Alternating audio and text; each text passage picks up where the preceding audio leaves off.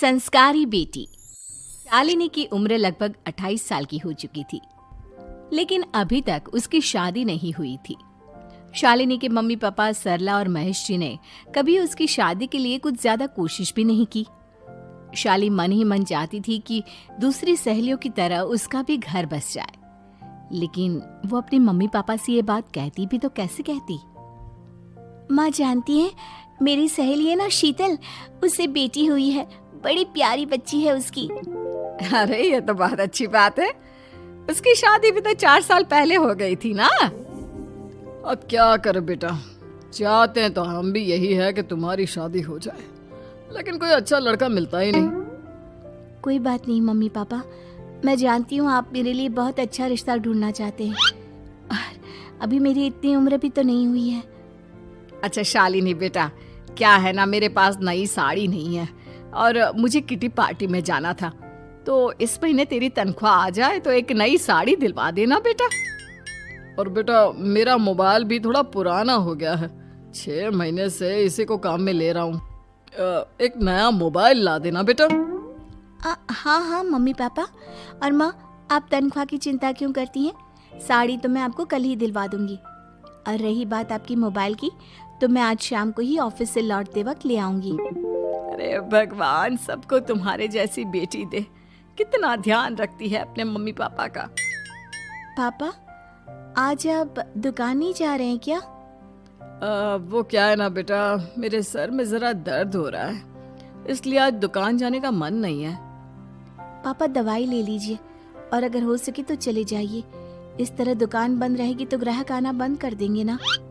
अरे बेटा, तेरे पापा की अब उम्र हो चली है, और तू है ना हमारी कमाऊ बेटी, इतनी अच्छी नौकरी करती है, हमारा ख्याल रखती है, तेरे पापा को चिंता करने की क्या जरूरत भला है? ठीक है पापा, आप अपना ध्यान रखिए, मैं ऑफिस से लौटते वक्त आपका फोन ले आऊंगी। और माँ, आपकी साड़ी हम कल लेकर आएंगी।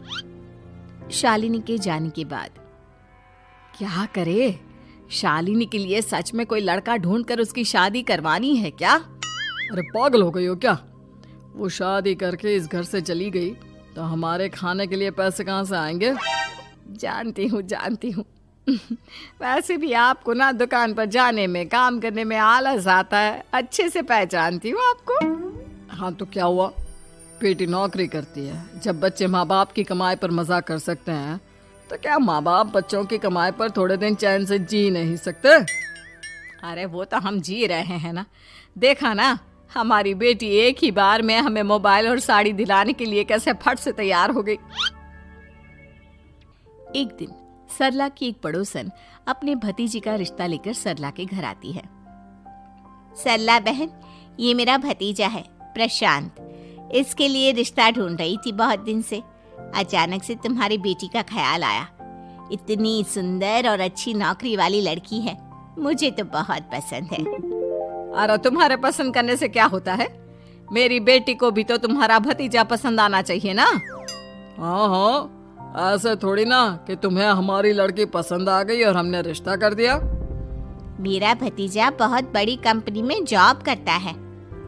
अंकल जी, मैंने आपकी बेटी को देखा है और वो मुझे बहुत पसंद है। हाँ, तुम्हें तो पसंद है, लेकिन हमें भी तो उससे एक बार पूछना पड़ेगा ना। तो बुलाइए ना शालिनी को, उससे पूछ लेते हैं कहाँ है वो। ऑफिस गई है और उसको आने में अभी देर लगेगी। लेकिन तभी शालिनी ऑफिस से आ गई। ये लीजिए, शालिनी भी आ गई, अब आमने सामने ही बात कर लेते हैं। आओ आओ शालिनी बेटा, इससे मिलो, मेरा भतीजा प्रशांत प्राइवेट कंपनी में अच्छी जॉब करता है। अब बेटा तुम्हें ये लड़का पसंद है क्या?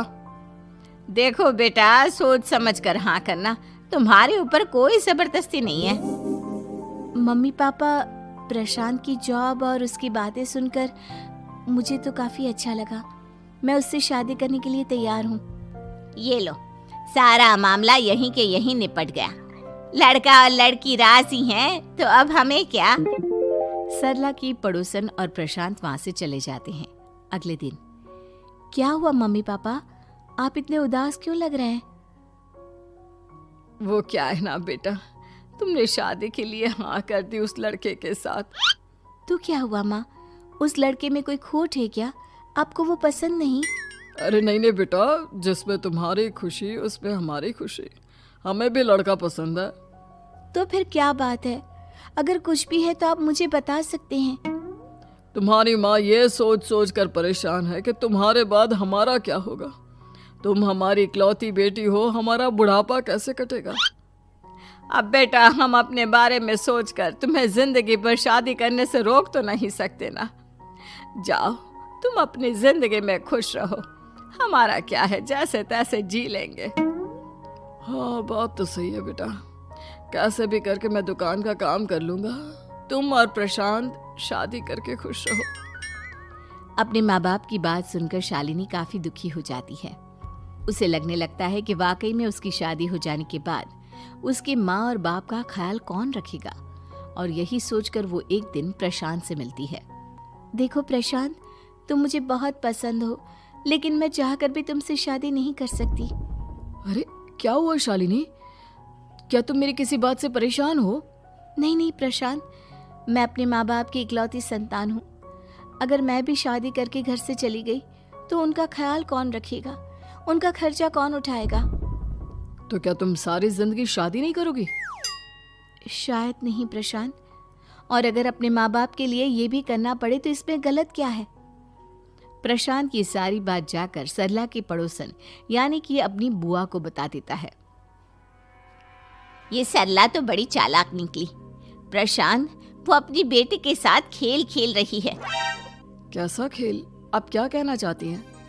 अरे शालिनी बहुत सीधी और संस्कारी लड़की है, लेकिन ये सरला और महेश एक नंबर के चालाक। बुआ जी, आपकी बात सही है, लेकिन अपनी बेटी के साथ भला कोई क्यों चालाकी करेगा? वो तो मैं तुझे कल बताऊंगी। तो कल सुबह मेरे साथ शालिनी के घर चलना। और फिर अगले दिन। क्या हुआ सरला बहन, तुम्हारी बेटी ने तो शादी के लिए मना कर दिया। अब पता नहीं बहन जी क्यों मना कर दिया। हम तो चाहते थे कि बेटी की शादी धूमधाम से करें। हमारी तो बहुत इच्छा थी कि शालिनी की शादी प्रशांत के साथ हो जाए, लेकिन अब क्या करें, वही नहीं चाहती। आंटी जी, शादी के बाद मुझे अपने माँ बाप की बहुत चिंता रहेगी। उनका ख्याल कौन रखेगा, और इसलिए मैं प्रशांत तो क्या किसी से भी शादी नहीं करना चाहती। अंधी हो गई हो क्या माँ बाप के प्यार में? पहले जरा अपने माँ बाप से सच तो पूछ लो। कैसा सच? यही सच शालिनी कि ये तुम्हारे सगे माँ बाप नहीं है और तुम इनके लिए सिर्फ पैसे कमाने का एक जरिया हो। अरे ये तुम क्या कह रही हो? सच ही तो कह रही हूँ भाई साहब।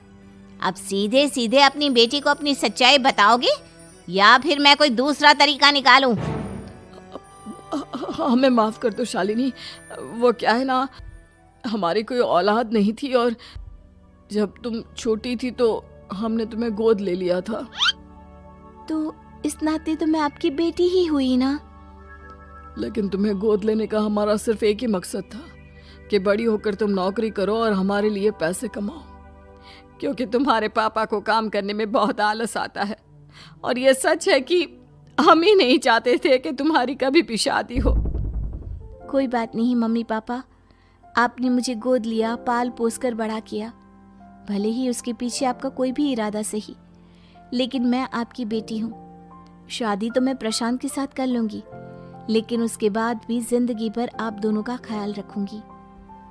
शालिनी की बातें सुनकर सरला और महेश को अपनी गलती का एहसास होता है और वो उससे माफी मांगते हैं।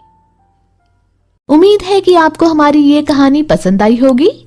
कृपया हमारे चैनल को सब्सक्राइब करें और सभी अपडेट्स के लिए बेल आइकन जरूर क्लिक करें। और हाँ, वीडियो लाइक और शेयर करना मत भूलिएगा।